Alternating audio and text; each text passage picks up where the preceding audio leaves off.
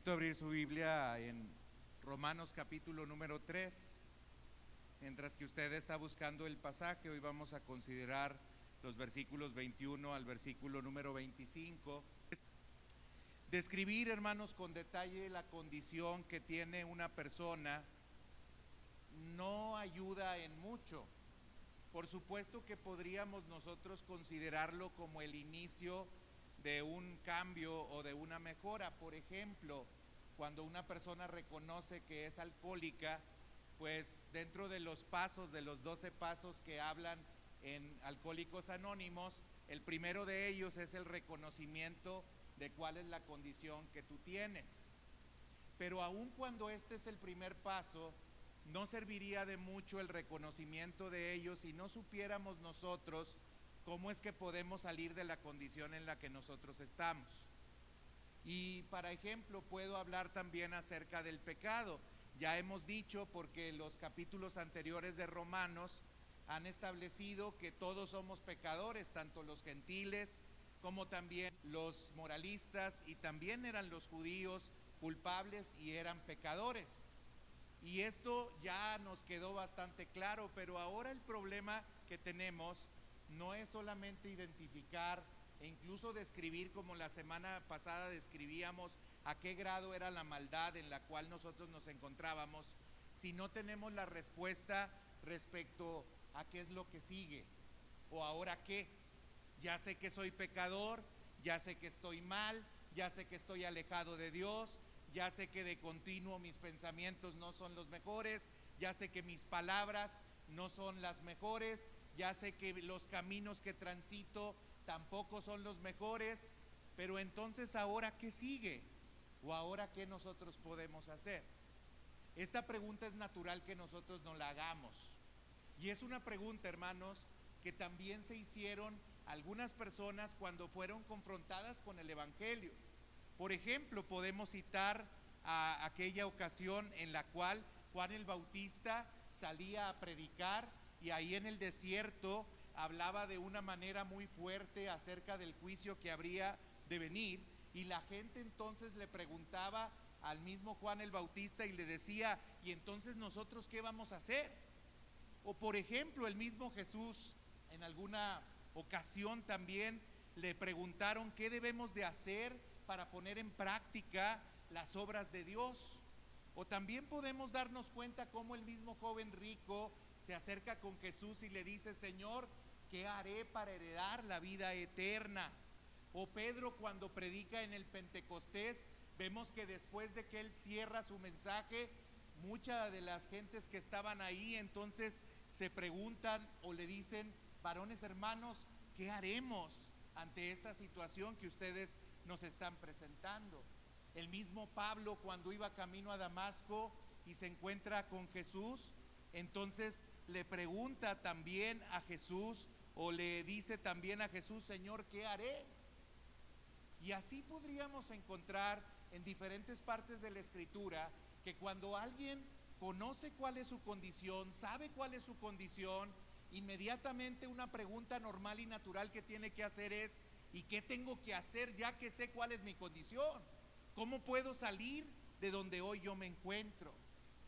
Y saben, la respuesta que se dé a esta pregunta es bastante importante, hermanos, porque si la respuesta que se da a la pregunta es equivocada, entonces nuevamente nos encontramos exactamente en el mismo problema y en la misma condición, y no vamos a poder salir de allí. Necesitamos una respuesta correcta para esta pregunta que nosotros nos hacemos. Entonces, ¿qué haremos? ¿Qué haremos si tú y yo somos pecadores? ¿Qué haremos si nosotros de continuo estamos yendo hacia el mal? ¿Qué haremos si nosotros hemos pecado y estamos destituidos de la gloria de Dios? ¿Qué haremos si nosotros nos hemos desviado y nos hemos hecho inútiles? ¿Qué haremos si nosotros no podemos considerarnos buenos? ¿Qué vamos a hacer? Esa es la pregunta que ahora el apóstol Pablo va a tratar de responder a partir de la siguiente sección. Los primeros capítulos, Pablo se dedicó a decirle a todo el que leyera la carta a los romanos que era un pecador. Pero una vez que él ha asentado e incluso dio un alegato final, como lo vimos la semana pasada, ahora lo natural es que la gente se preguntara o dijera: ¿y qué vamos a hacer? ¿Cómo podemos salir de esta condición? Y entonces el apóstol Pablo va a dedicar toda una sección, así como la anterior, para hablar de la culpabilidad. Ahora va a hablar acerca de cómo es que nosotros podemos resolver este problema. Y entonces hay una sección en la cual el apóstol Pablo da la respuesta a la pregunta: ¿y ahora qué?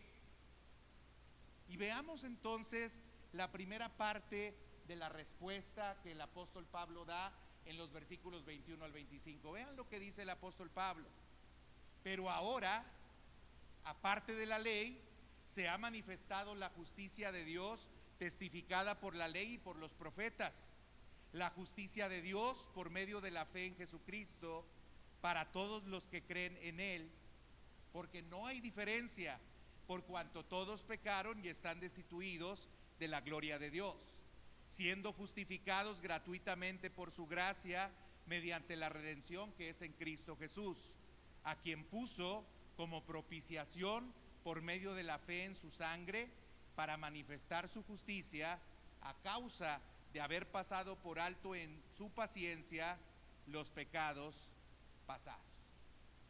Quiero que no olvidemos que hay una pregunta aquí, La pregunta es: ¿y ahora qué? Ya sabemos que todos somos pecadores. ¿Cómo entonces nosotros nos podemos librar del pecado? Y el apóstol Pablo inmediatamente responde, ya que ha dicho que todos somos pecadores y que incluso en su alegato final ha dicho que los judíos no pueden por su propia cuenta, ni a través de su esfuerzo, alcanzar la salvación, ni a través de su linaje, ni a través de su herencia, ni de ninguna manera pueden alcanzar su salvación. Entonces ahora él introduce una conjunción que es conocida como conjunción adversativa. La conjunción es pero. Va a unir el pensamiento anterior con otro pensamiento, pero va a contrastar el pensamiento anterior con un nuevo pensamiento. Es decir, ahora el apóstol Pablo va a señalar o va a decir: ¿sabes qué? No es por medio de la ley, no es a través del cumplimiento de los mandamientos, a través de lo cual tú vas a poder ser salvo. Por eso él utiliza: pero ahora, aparte de la ley, de esa idea que ellos tenían de que ellos podían, a través de los preceptos que habían sido dados en los mandamientos, cumplir o alcanzar la justicia, le dice: no, así no son las cosas. La justicia que tú vas a alcanzar, no la vas a alcanzar a través de la ley. La justicia que tú vas a alcanzar, no la vas a alcanzar a través del esfuerzo que tú hagas para poder ser mejor. La justicia que tú vas a alcanzar está diferenciada y está apartada de la ley. Ya el apóstol Pablo, también en la carta a los Gálatas, en el capítulo número 2, versículo 16, había dicho que el medio para alcanzar la salvación jamás debería de haber sido la ley. De hecho, en la Biblia, en la Escritura, en el Antiguo Testamento, jamás Dios dijo que era la ley el medio por el cual nosotros llegaríamos a ser justos. En Gálatas 2:16 podemos leer: sabiendo que el hombre, escuche bien, el hombre no es justificado por las obras de la ley, sino por la fe en Jesucristo. Nosotros también hemos creído en Jesucristo para ser justificados por la fe de Cristo y no por las obras de la ley, por cuanto por las obras de la ley, y vean lo contundente que es el apóstol Pablo, en Gálatas dice: nadie será justificado. Nadie será justificado por las obras de la ley. ¿Cuál era entonces el propósito de la ley, hermanos? El propósito de la ley era el hacernos ver que era imposible que nosotros pudiéramos vivir a la altura de los estándares que Dios había establecido, que nosotros jamás íbamos a poder alcanzar esta justicia. Y también más adelante, ahí en la carta a los Romanos, en el capítulo número 7, el apóstol Pablo precisamente por eso va a hablar de ello. Y dice: ahora bien, ¿acaso sugiero que la ley de Dios es pecaminosa? De ninguna manera. De hecho, fue la ley la que me mostró mi pecado. Yo nunca hubiera sabido que codiciar es malo si la ley no lo dijera. Es decir, Pablo deja sentado que la razón por la cual se dio la ley era para que las personas se dieran cuenta de lo pecadores que eran.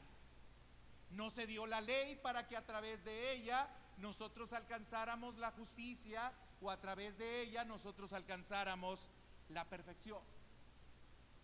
Tan es así, hermanos, que por ejemplo, cuando en Isaías se habla acerca de las justicias que nosotros podemos llegar a hacer, Isaías dice que todas nuestras justicias llegan a ser como trapos de inmundicia delante de Dios. Esto lo dice en Isaías 64:6. No es posible, hermanos, no es posible que nosotros podamos alcanzar la justicia por nosotros mismos. Por eso inicia el apóstol Pablo diciendo en el versículo 21: pero ahora, aparte de la ley, Dios nos ha dado una justicia.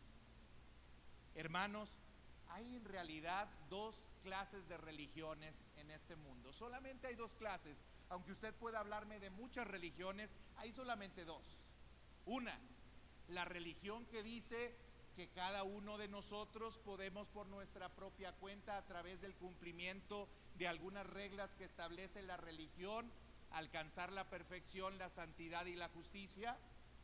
Y otra, que es en la que nosotros creemos, hermanos, que señala o que dice que nosotros no somos capaces, por más que hagamos lo que queramos hacer, para alcanzar la justicia, la santidad y la perfección. Hermano, pero sabe, a pesar de que existen estas solas dos religiones y nosotros decimos pertenecer a la segunda, muchas veces tratamos más bien por nuestra propia cuenta de alcanzar esta justicia, y lo único que encontramos, ¿saben qué es? Frustración y derrota. Muchos, entre comillas, cristianos, viven derrotados porque no han entendido que no van a alcanzar su justicia, ni su santidad, ni su perfección, ni su salvación a través de algún mérito que hagan. Y por eso vivimos derrotados, porque no hemos entendido cuál es la respuesta a la pregunta: ¿qué hago ahora que sé que soy pecador? Pues bien, el apóstol Pablo sigue describiendo y nos sigue respondiendo a la pregunta: ¿qué hago ahora? Lo primero que tengo que hacer es que entender que no es a través de mis méritos que voy a alcanzar la justicia, sino que Dios ha levantado una justicia distinta para mí. Pero, ¿qué cualidades y qué características tienen esta justicia? Bueno, para empezar tendríamos que definir lo que es la justicia de Dios. ¿Qué es la justicia de Dios? Miren, hermanos, en aquel tiempo era muy común que los poetas griegos y romanos, cuando escribían algún tipo de historia, les gustara siempre introducir en la historia que ellos escribían la intervención que algunos de sus dioses hacía para poder liberar en medio de una tragedia que no tenía solución a alguna persona del problema que estaba enfrentando. ¿Saben? La tragedia que nosotros enfrentamos y que el apóstol Pablo sabe que nosotros estamos viviendo es el pecado. Esa es la gran tragedia. No puedes superar ese problema.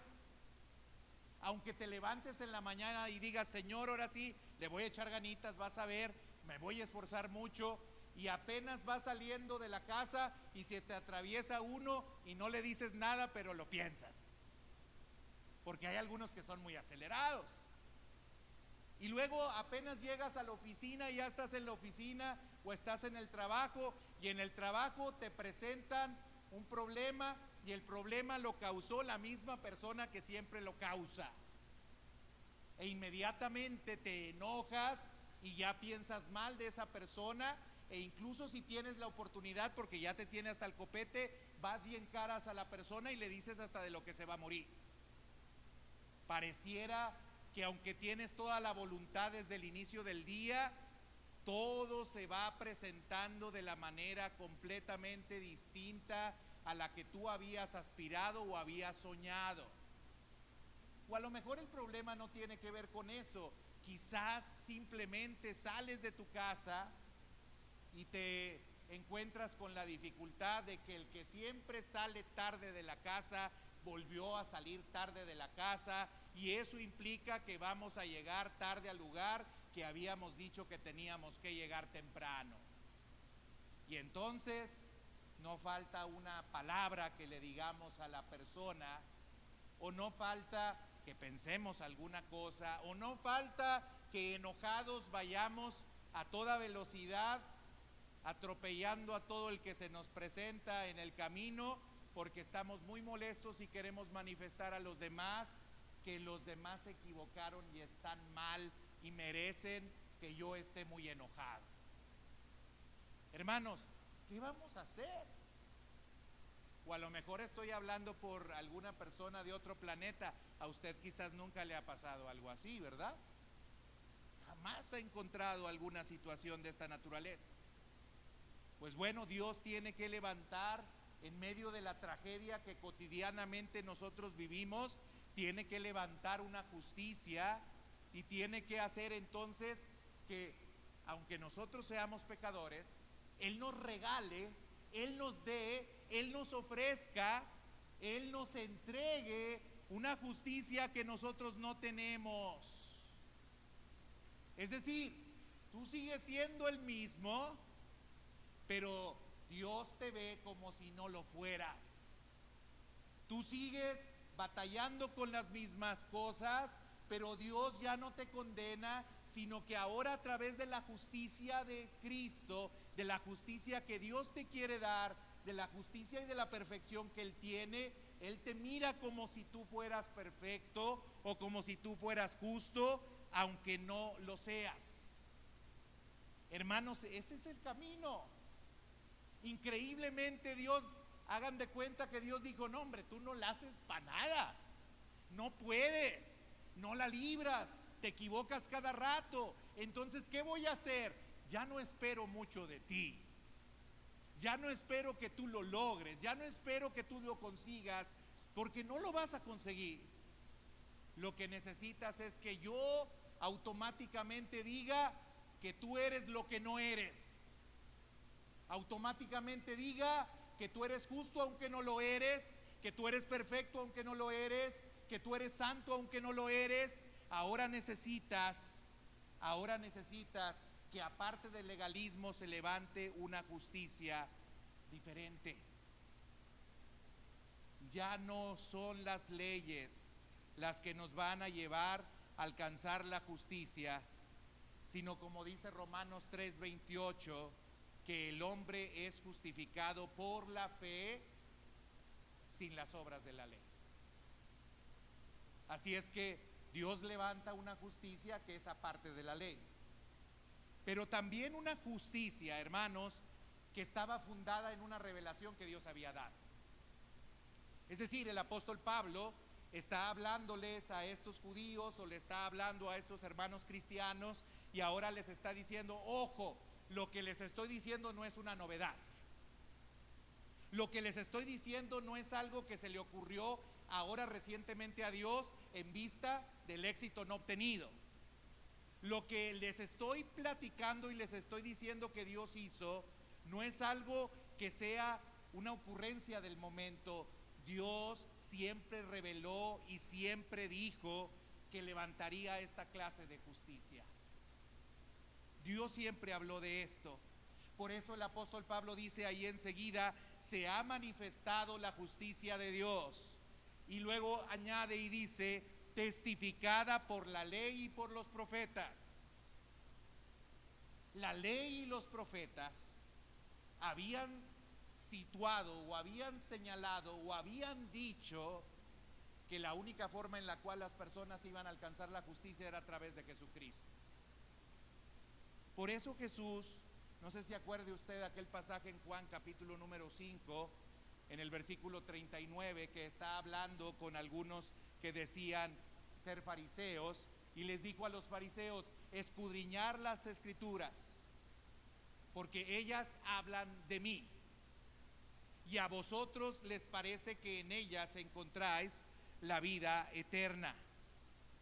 Las escrituras hablaban, apuntaban y se dirigían hacia Cristo, pero nunca entendieron los judíos que esas escrituras no les fueron dadas para que ellos trataran de cumplir esas leyes, sino para que ahí encontraran a Jesús y se dieran cuenta que Jesús sería el medio a través del cual ellos adquirirían su justicia o alcanzarían su justicia. ¿Se acuerdan ustedes también de los caminantes de Maús ahí en el Evangelio de Lucas, capítulo número 24? Y cuando Jesús está platicando con ellos ahí en medio del camino, les dice: no se acuerdan, oh tardos y perezosos, para entender lo que las escrituras hablan acerca de mí. Y dice que Jesús les empezó a hablar a través de la ley y de los profetas acerca de lo que la ley y los profetas hablaban acerca de él. Es decir, hermanos, la justicia que Dios dice que levantó para que nosotros pudiésemos ser salvos no es una justicia que se le ocurrió porque el hombre cayó. Es una justicia que Dios sabía que tenía que levantar y que anunció, hermanos, desde los primeros capítulos del Génesis. Desde el momento en que el hombre pecó, Dios estableció que de la simiente de la mujer nacería uno que aplastaría la cabeza del diablo y que haría que fuese posible para cada uno de nosotros la salvación. Hermanos, no son los mandamientos, ni rituales, ni sacrificios, ni principios de vida piadosos enseñados en el Antiguo Testamento los que nos iban a permitir alcanzar la salvación, la santidad o la justicia, sino que cada uno de ellos, hermanos, iba a ayudar para que nosotros viésemos a Cristo y nos diésemos cuenta de la necesidad que teníamos de Él. Sin embargo, el apóstol Pablo sigue añadiendo algo respecto a la justicia. Primeramente dice que esta justicia es aparte de todo legalismo. Luego dice que esta justicia ya había sido revelada a través de los profetas y a través de la ley.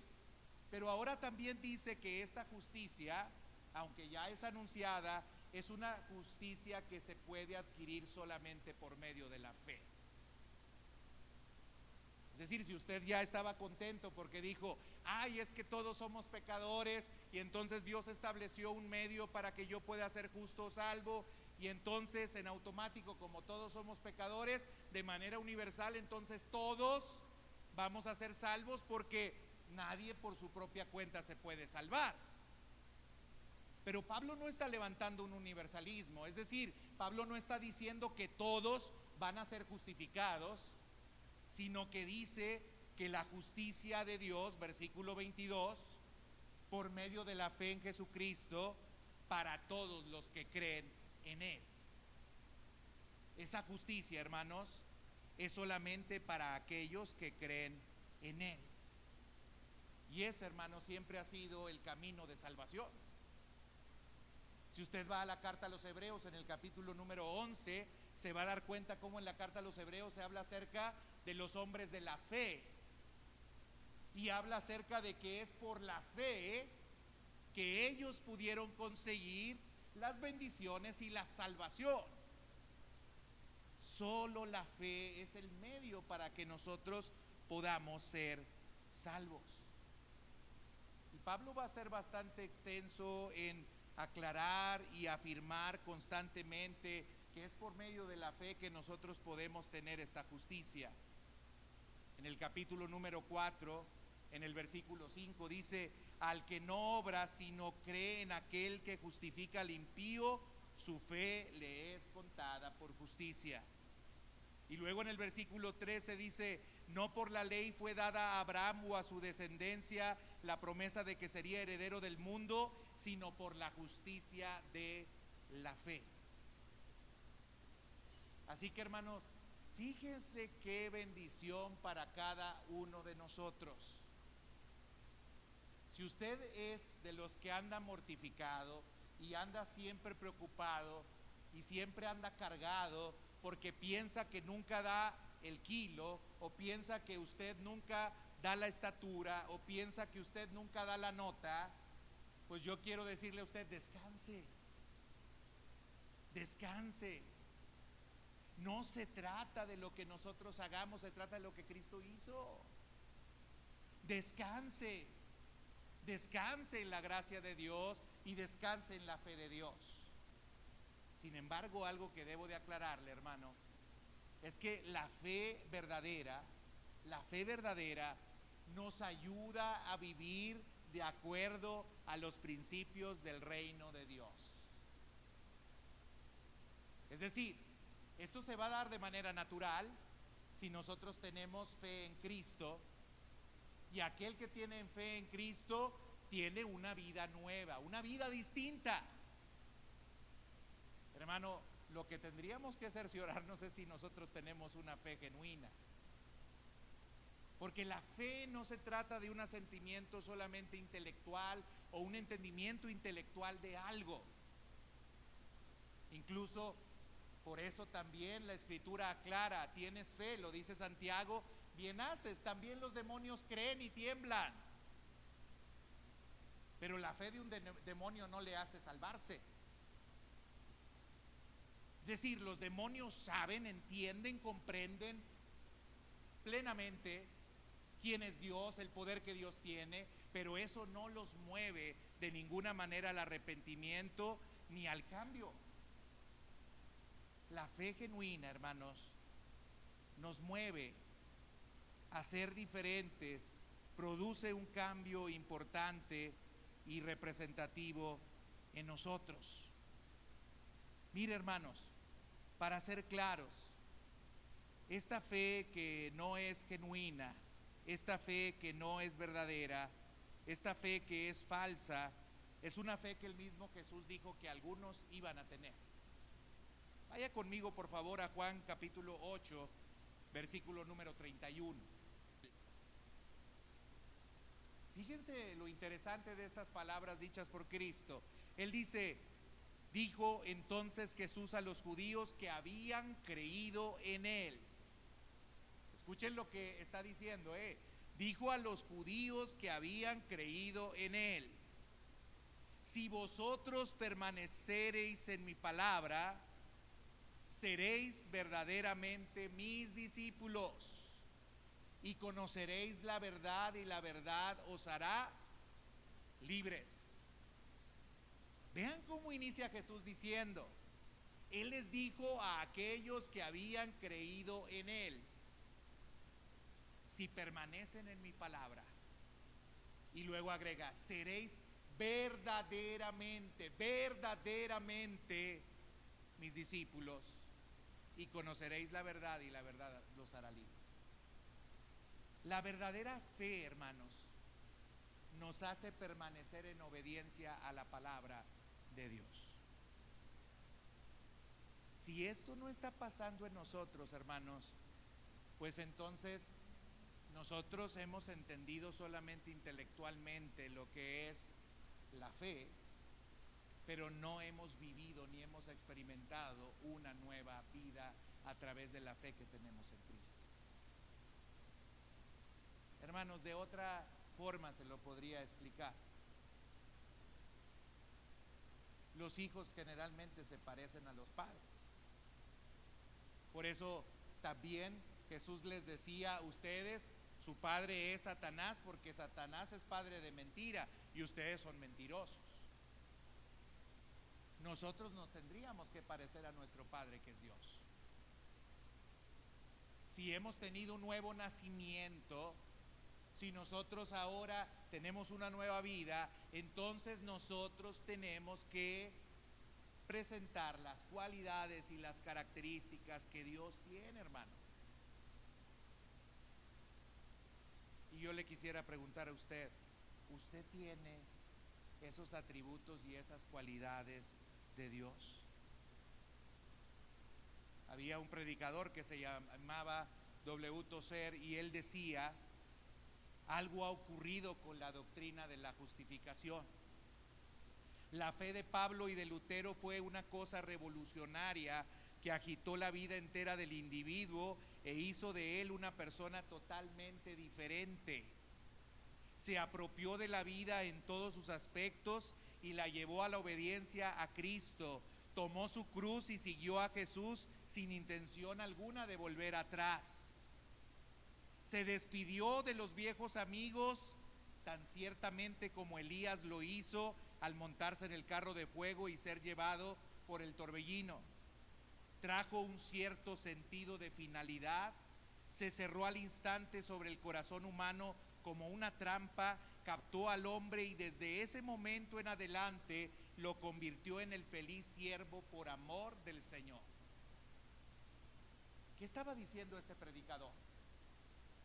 La doctrina de la justificación, hablar de la justicia de Dios y de esa justicia que Dios ha levantado para nosotros, implica una revolución en nuestra vida, un cambio completo, un volver, una vuelta de 180 grados e ir en una dirección completamente distinta, un abandonar por completo las prácticas que nosotros teníamos, las amistades que nosotros teníamos, las costumbres que nosotros teníamos. Eso es lo que ocurre cuando la justicia de Dios nos es imputada a nosotros. El hombre entiende que es nueva persona, que es nueva criatura. Pero el día de hoy, por eso les digo que hay una intención o una idea falsa, equivocada de lo que es la fe. Y hay algunos que viven en la iglesia no arrepentidos de sus pecados, que viven en la iglesia haciendo exactamente lo mismo que anteriormente hacían cuando supuestamente no habían llegado todavía a Cristo. La justicia de Dios y la verdadera fe, hermanos, nos lleva a tener una vida diferente, no por esfuerzo propio, sino por el poder de Dios que está en nosotros y que actúa en nosotros. Ahora el Espíritu Santo nos da el poder para vivir en santidad. Pero esa justicia, quiero decirles, hermanos, aparte de que es una justicia que se adquiere por medio de la fe, es una justicia también que Dios ha provisto para todos los que creen, obviamente. Miren lo que dice ahora el versículo 22 en la parte B y versículo 23. Para todos los que creen en Él, porque no hay diferencia por cuanto todos pecaron y están destituidos de la gloria de Dios. Hermanos, yo le tengo buena noticia. Quizás usted pueda sentirse el peor de los pecadores. Quizás usted piense que no tiene perdón de Dios, que usted piense que de todos los que están aquí es el que moralmente está en una condición peor. Pero yo quiero decirle que la justicia de Dios alcanza a todos aquellos que han pecado y que han pecado de cualquier forma o de cualquier manera. Cuando estaba predicando en la sinagoga de Antioquía, el apóstol Pablo declaró: de todo aquello de que por la ley de Moisés no pudisteis ser justificados, en Él, en Cristo, es justificado todo aquel que en Él cree. Esto que nos lleva a decir, hermanos, que si tú eres un asesino, que si tú has sido una prostituta, que si tú has sido un ladrón, que si tú has sido un violador, que si tú has sido un homosexual, que si tú eres un hipócrita religioso, que si tú eres un falso maestro, que si tú eres lo que tú quieras, lo que dice la palabra de Dios es que la justicia de Dios alcanza absolutamente para todos, sin acepción de personas. Sin acepción de personas, hermanos. Cristo nos ha dado esta clase de justicia que nos alcanza a todos, hermanos. Y si tu conciencia moral ya no te delata, si ya no tienes ese peso que antes tenías, o si aún lo tienes, yo quiero decirte Quítate ese peso porque en Jesús tú has alcanzado justicia independientemente de lo que tú hayas hecho. Y ojo, la justicia además es gratuita. Vea lo que dice el versículo 24 en la parte A, siendo justificados, gratuitamente por su gracia. Siendo justificados gratuitamente por su gracia. La justificación es la declaración que Dios hace de que todas las demandas de la ley han quedado satisfechas en beneficio de cualquier pecador que es creyente. Tú ya cumpliste con la ley, aunque no la has cumplido tú, Dios imputa la justicia de Cristo, o Dios te da la justicia de Cristo a ti que has creído en Él de manera gratuita. Hermano, yo no sé si usted está entendiendo lo que yo le estoy diciendo. Yo no sé de veras si lo está entendiendo, pero lo que aquí está diciendo el apóstol Pablo es el amor más maravilloso, más grandioso, más magnífico que usted se pueda imaginar que nosotros hemos podido experimentar.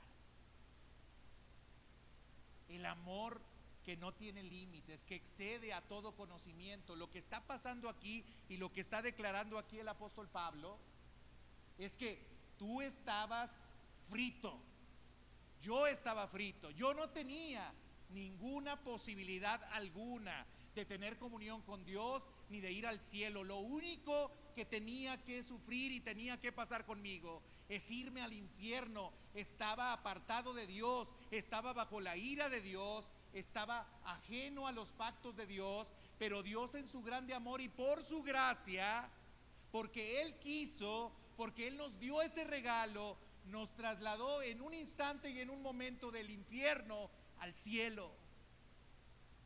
Nadie dijo amén, pero eso hizo. Nadie se alegró, pero cuando disfruten el cielo a lo mejor se van a alegrar. Pero cuando entiendan lo que es el infierno a lo mejor se van a alegrar. Pero hermanos, yo quiero decirles, incluso nos deberíamos de alegrar, porque vivir en pecado es vivir en un infierno. Porque vivir apartado de Dios es sufrir constantemente y permanentemente. Y cuando nosotros abandonamos el pecado y cuando nosotros tenemos una nueva vida, entonces, hermanos, podemos disfrutar de la plenitud que solamente Dios puede dar. Yo no sé si usted lo ha disfrutado, pero Dios se lo puede dar gratuitamente, se lo puede entregar. A lo mejor no nos sentimos tan pecadores y por eso no creemos que Dios hizo mucho por nosotros. Hermanos, esta justicia se alcanzó mediante redención, dice el versículo 24 en la parte B. La redención no era otra cosa más que un pago que se hacía o un precio que se daba para poder liberar a una persona de una deuda que tenía. Incluso en aquel tiempo que había esclavitud, tú podías pagar un precio por ese esclavo para que el esclavo pudiera ser libre. Y eso fue lo que sucedió. La justicia de Dios se alcanza mediante la redención de Cristo. Cristo pagó por ti y por mí. Cristo te dio libertad a ti y a mí, o te puede dar libertad si no te la da. Cristo hizo eso y lo pagó a través de un sacrificio expiatorio.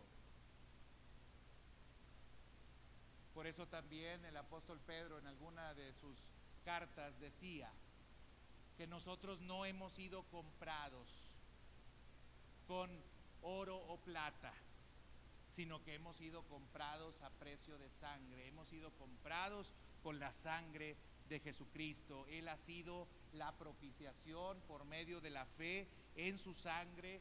Él ha traído a nosotros libertad y nos ha rescatado y nos ha hecho ahora sus hijos.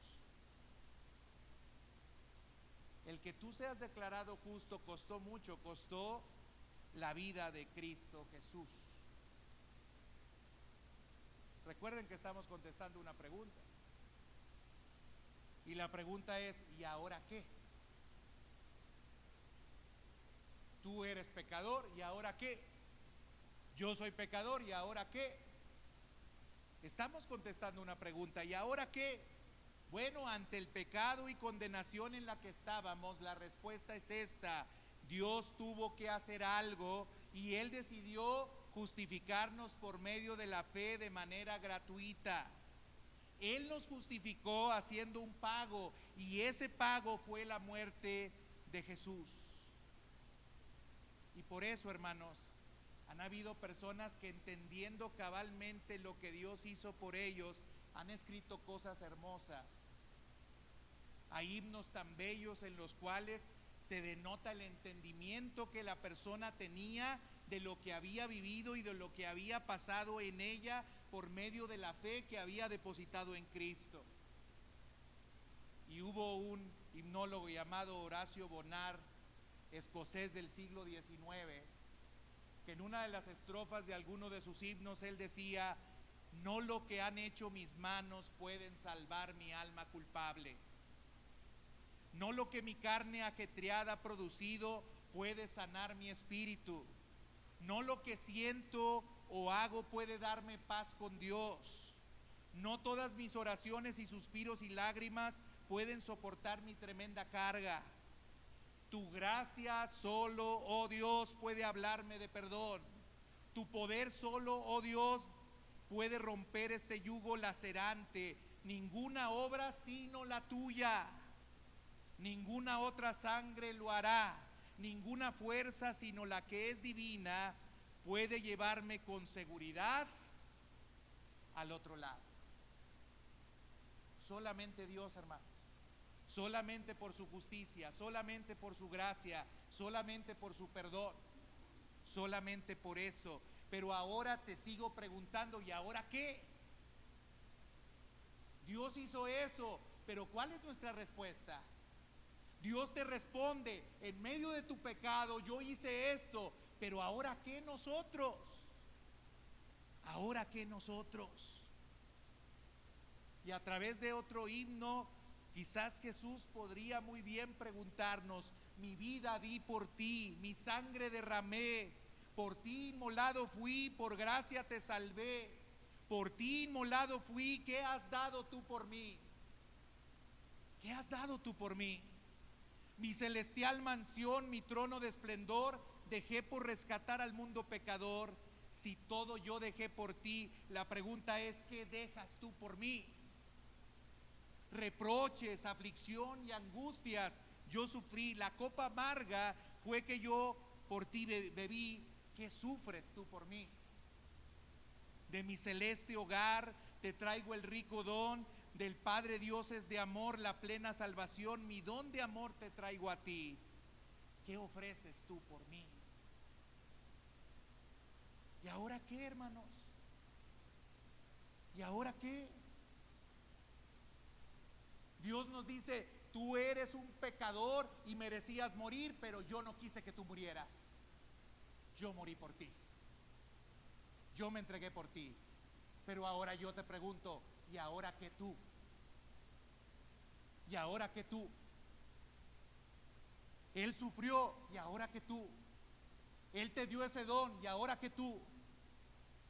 Él hizo todas estas cosas por nosotros, pero ¿qué nosotros le hemos dado?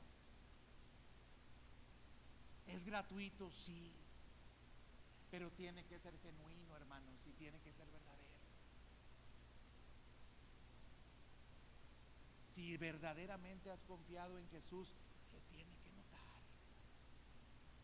Discúlpame, hermano, pero se tiene que notar. Se tiene que notar. Y ha sido bastante claro el apóstol Pablo en describir e incluso darle nombre solamente a algunos de los pecados que ya no tendrían que estar en nosotros, ni se tendrían que nombrar entre nosotros.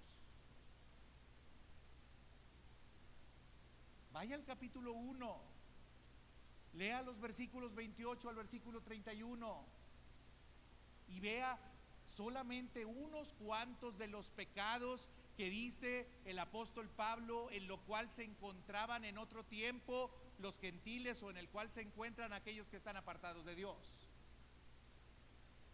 Y si usted en la lista se encuentra allí, hermano, entonces yo le pregunto, ¿y ahora qué? Si Dios le está diciendo que lo puede sacar de esa condición, ¿ahora qué va a hacer usted? ¿Ahora cómo va a responder usted? ¿Ahora qué va a decir usted? Hermanos, Dios es inmensamente bueno para con nosotros. Pero tenemos que entender muy bien las doctrinas de la justificación. La justificación, hermanos, no es un permiso para vivir en pecado. No lo es, hermano. Quien ha nacido de nuevo tiene una nueva vida. Y esa nueva vida se tiene que notar. Yo quiero invitarte hoy a que pienses muy bien en lo que he explicado, en lo que he expuesto. Sí es gratuito, pero tiene que ser genuino. Sí es gratuito, pero se tiene que evidenciar. La fe sin obras, decía Santiago, es muerta. Si no nos lleva la fe que tenemos a actuar de manera diferente, no es fe, es una falsa fe. La fe genuina en Cristo nos justifica, nos santifica, nos perdona, nos redime, nos cambia, nos transforma.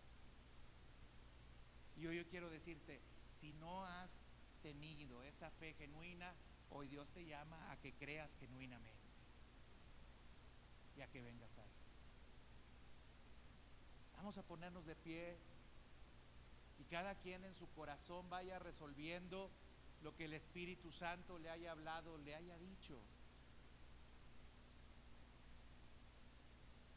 Y también aquel que ha disfrutado de este bien que Dios nos ha querido regalar, agradezca a Dios y bendiga a Dios y esté alegre y esté contento, porque Dios le ha dado algo precioso, grandioso y valiosísimo, tan solo porque le ama.